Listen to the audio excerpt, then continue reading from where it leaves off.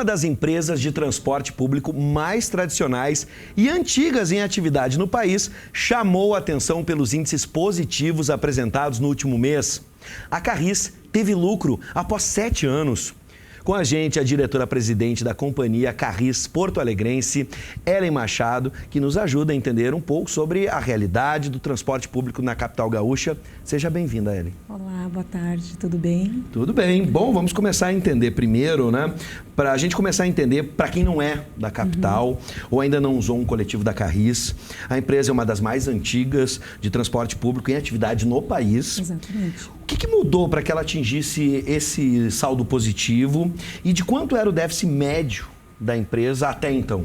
Bom, a Carris ela é a empresa mais antiga no Brasil em atividade, ela tem 147 anos de existência, cresceu junto com a cidade de Porto Alegre e durante os últimos anos viveu da sua tradição de ter sido uma das melhores empresas no país e acabou esquecendo de olhar para dentro do seu processo de gestão.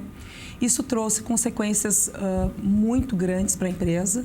Quando nós assumimos em 2017, a empresa já acumulava nos últimos anos em torno de 233 milhões de déficits. Né? Os déficits começaram a crescer a partir do ano de 2011 e foram déficits que foram tomando proporções extremamente significativas a cada ano.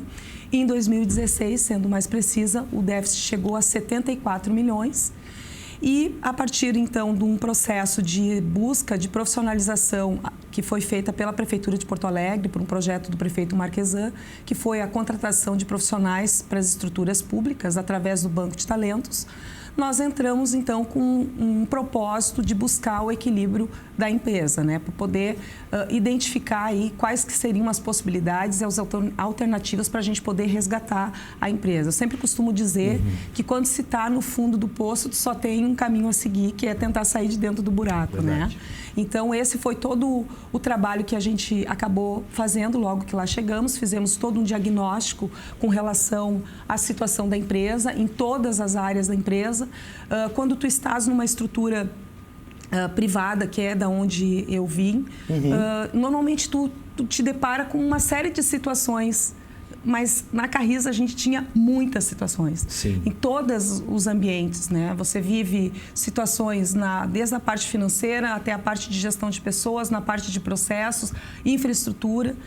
E ali nós tínhamos que iniciar por algum lugar. Onde que nós íamos iniciar? Então, foi aí que nós instituímos, né? Construímos todo um plano de gestão que tinha que ser algo muito emergente. Nós estávamos com a corda no pescoço, na verdade já estávamos muito enforcados. Sim. E precisávamos tomar algumas atitudes radicais para que nós pudéssemos conter o sangramento que a companhia vinha gerando em termos de resultados negativos. Bom, Ellen, tu estás no cargo por volta de 2 anos e meio. Isso. Né? Nesse período acompanhou muitas movimentações, tanto de evolução, né? Movimentações não só internas dentro da empresa, mas também acompanhou a evolução da mobilidade hoje, não só em Porto Alegre, mas no mundo. Hoje a gente tem transporte por aplicativos, a gente tem novos modais como bikes, né? As bicicletas e patinetes, que é o mais recente, né? Como parte, né, da prefeitura, em 2017, acho que todos vão lembrar aqui, o prefeito Nelson Marquesan Júnior chegou a falar, abre aspas, né? A Carris não é mais viável. Na tua avaliação, a Carris, não só a Carris, mas o transporte público hoje na capital, ele é viável? E se tivesse que dar alguma sugestão à prefeitura sobre o futuro da empresa e a harmonia da empresa com esses novos modais, com essa nova realidade que a gente vive na mobilidade urbana, o que tu gostaria de falar, né? Não só para o prefeito, mas também para os porto-alegrenses entenderem esse novo momento? Bom, o que aconteceu no sistema de transporte? Eu estou há pouco tempo, né? Estou há 2 anos, eu não atuava no ramo de transporte. O que eu posso te dizer com a percepção de quem chega de fora? Que a gente reagiu muito tarde porque já estava acontecendo no mundo há muito tempo atrás, né? Tivemos uma certa demora para reagir com relação a essa questão do sistema de transporte. O sistema de transporte, ele atravessa dificuldades em todo o mundo. Se a gente for pegar aí reportagens, a gente vai identificando aí que não só no Brasil, como em todos os lugares do mundo, existe todo um processo de mudança dentro do transporte coletivo. Esses modais que estão surgem numa necessidade, inclusive de evolução da própria sociedade, que acaba exigindo esse processo de mudança de hábitos muitas vezes. Mas o que a gente precisa entender é que o transporte coletivo ele é feito para atender o coletivo, para poder atender aquelas pessoas que não vai adiantar tu colocar um patinete, que não vai adiantar tu disponibilizar uma bicicleta. Vamos pegar um exemplo de uma pessoa que mora no extremo sul da capital. Sim. Chega a ter uma linha com 22 quilômetros. 25 quilômetros. Como é que tu vai dizer que esse cara vai trabalhar com um transporte alternativo? Não tem como, são trabalhadores que precisam do transporte coletivo. O que acontece? Aquele que tem mais o privilégio de poder morar mais perto de zonas centrais, ele subsidiava indiretamente o transporte daquele que morava mais longe. E esse começou a migrar para outros modais, né? Um exemplo é os transportes por aplicativo. Sim. E nesse processo, né, só para vocês terem assim, uma ideia de índices nacionais, hoje a queda de passageiro ela representa já no Brasil índices acima de 20% se a gente for pegar aí os últimos 4, 5 anos. A Carris ela já atingiu em torno de 23%. De queda quando a gente compara nos últimos 3 anos, de 2016 para cá. Só que, isso está dentro do custo da passagem, cada ano que tu perde passageiro, tu não consegue repor essa perda dessa tua receita, porque na maioria das vezes os teus custos continuam os mesmos. No exemplo da Carris, se eu diminuo o número de passageiros, eu continuo tendo a mesma quantidade de frota operante ou a mesma quantidade de funcionários. Sim. Porque são funcionários que são concursados e eu não tenho o efeito e a flexibilidade que uma empresa privada tem de poder fazer esse movimento. Sim. O que acontece hoje é, nós estamos com um desafio muito grande porque o país também não está crescendo. E isso tem um impacto direto no sistema de transporte. Por quê? Tu tendo menos pessoas circulando no ambiente econômico, a mobilidade ela acaba sofrendo de uma forma muito representativa isso. O que acontece com relação à viabilidade da empresa? Nós estamos, nesse momento, comemorando o lucro que nós atingimos neste mês. Nós conseguimos, de 2017, que nós assumimos até agora, uma redução de 55 milhões do déficit da companhia. Isso representa 74% a menos. Claro que a Carris, ela tinha muitas oportunidades. E por esse motivo que nós conseguimos trazer esses números significantes, né? Algo que para nós é muito vitorioso também foi que nós conseguimos ao longo desses últimos 2 anos já atingir o lucro bruto, lucro operacional, que é o quê? Para colocar a minha operação na rua, eu comecei a ganhar dinheiro, coisa que eu não tinha.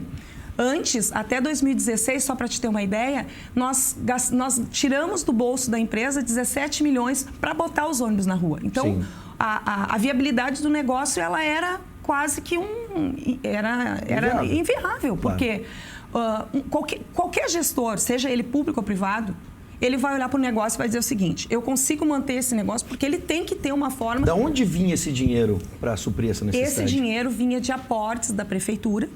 Inclusive, nós reduzimos nesses 2 anos em 64% os aportes oriundos da prefeitura. Então, a destinação desses recursos, ao invés de ser destinados para outros fins, eles eram destinados para suprir o déficit da empresa. O que é importante? Qual que é o problema? O problema não é só o fato da prefeitura ter colocado para nós pagarmos as nossas despesas, mas sim porque esses recursos poderiam ter sido usados para reinvestir na empresa. E não se fez porque nós, na verdade, estávamos pagando conta com o dinheiro que a gente recebia. Bom, eu vou tentar sintetizar porque o tempo é curto e a gente tem muitas questões. Transporte coletivo interessa a todos, né? Mas eu vou tentar resumir da seguinte forma: os desafios daqui em diante, né? A gente tem as transformações na mobilidade urbana que estão acontecendo. Cada vez mais temos mais ciclovias, por exemplo, dentro de Porto Alegre, um projeto da prefeitura.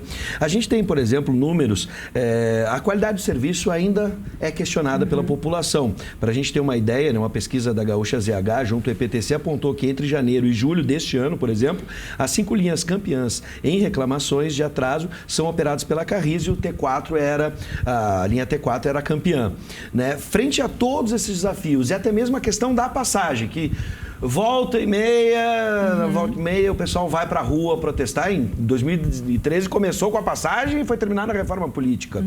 As pessoas entendem o valor da composição, todos esses desafios que tu tem. Afinal de contas, o mundo está mudando e tu conseguiste uma vitória agora, mas as transformações ainda vão continuar acontecendo e os desafios continuam para ti. O que a gente pode esperar da Carris já para 2020, por exemplo? Bom, é importante que se diga que o processo de busca pelo equilíbrio da empresa, ele precisa e vai continuar sendo o nosso principal objetivo, porque não tem como uma empresa continuar viva se ela não estiver gerando resultado. Esse é um ponto, acho que é algo muito significativo. Foi feita, então, a contratação dessa empresa, né, que vai fazer toda uma avaliação sobre o sistema que a Carris está inserida e, a partir dali, vai construir cenários que... isso é importante se dizer. O prefeito Marquesan, ele tem uma conduta muito profissional nesse sentido. Independente da ideologia política dele, ele contratou essa consultoria para que ele pudesse fazer a tomada de decisão dele a partir de uma avaliação técnica, que é isso que vai acontecer a partir de 6 meses, mais ou menos, que a consultoria vai entregar esse resultado. Nós temos o desafio que é trocar a nossa frota. Nós implantamos agora o GPS, não só na Carris, como em toda a frota de Porto Alegre. Eu sei que aqui em Canoas já tinha há mais tempo, mas lá em Porto Alegre foi inserida a partir do dia 14 de agosto. Nós conseguimos algumas conquistas, como uma melhora de eficiência, inclusive para o próprio usuário poder enxergar a questão do ônibus. O horário. Do horário, isso, claro, exato. O aplicativo é para isso. Mas a Carris, em especial, tem um problema muito sério, que é a idade média da sua frota. E isso faz... Imagina você com um carro. Tu não faz manutenção a tua vida inteira nesse carro. O que tu acha que vai acontecer com ele? Bom. Em algum momento ele vai parar, ele vai quebrar, não vai atender a tua expectativa. E é isso que nós temos lá. A Carris, de 98 até 2010, ela trocou praticamente todos os anos a sua frota. E de 2011 para cá, ela trocou somente 2 anos. Nós hoje temos a maior idade que se tem no histórico da Carris, da frota, são 9,6 anos. Sim. Tá? Isso fez com que a Carris perdesse na qualidade do seu serviço, certo? Porque tu não tendo uma manutenção e uma frota adequada, tu vai ter esses problemas com toda certeza. E esse hoje é um dos maiores fatores que impede muitas vezes de nós conseguirmos cumprir. É importante ressaltar que a Carris é a maior empresa de transporte de Porto Alegre. Então, ela vai ter as maiores reclamações, ela vai ser a que vai estar no top do ranking. Isso acho que é importante a gente deixar muito claro. Mas isso não significa dizer que nós estamos conformados. Eu acho que a nossa maior busca agora é tentar melhorar a qualidade do nosso serviço.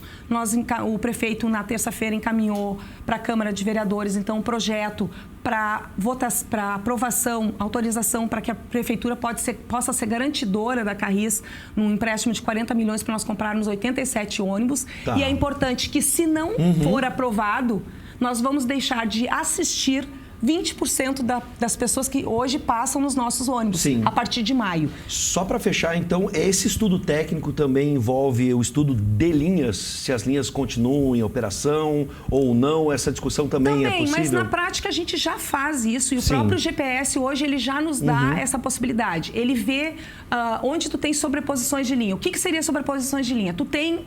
às vezes o mesmo ônibus diferente fazendo os mesmos trajetos, claro. Né? Como que tu pode otimizar melhor isso dentro do sistema de transporte? A gente hoje, só para eu finalizar, um ponto muito importante. Hoje nós temos uma frota operante e uma estrutura operacional operante para 20% da nossa faixa horária. E o resto é ocioso. O que está acontecendo? Dentro dos horários de pico, nós continuamos usando 100% da nossa potência e depois eu uso muito menos. Sim. Só que o passageiro paga por usar o 100%. Pois é. Bom, todas essas discussões passam agora para esta nova gestão que já está há 2 anos e meio e está conseguindo resultados. Eu acho que isso é fundamental. A população gosta de criticar, a gente sabe disso, é o dever dela, tem que passar a informação, mas a gente também tem que valorizar e aplaudir quando bons resultados são apresentados. Por isso eu quero agradecer a presença de Ellen Machado, diretora-presidente da Carris. Seja sempre bem-vinda e parabéns pelos números positivos, que a gente possa continuar nessa escalada. É importante dizer que isso é fruto de trabalho, de equipe, de um grupo muito comprometido que nós temos lá e dizer que esse é o nosso papel como representantes do serviço público, né? O dinheiro não é nosso, o dinheiro é da população. Longa vida, Carriça. Ok. Muito bem. Obrigado mais uma vez. Obrigada.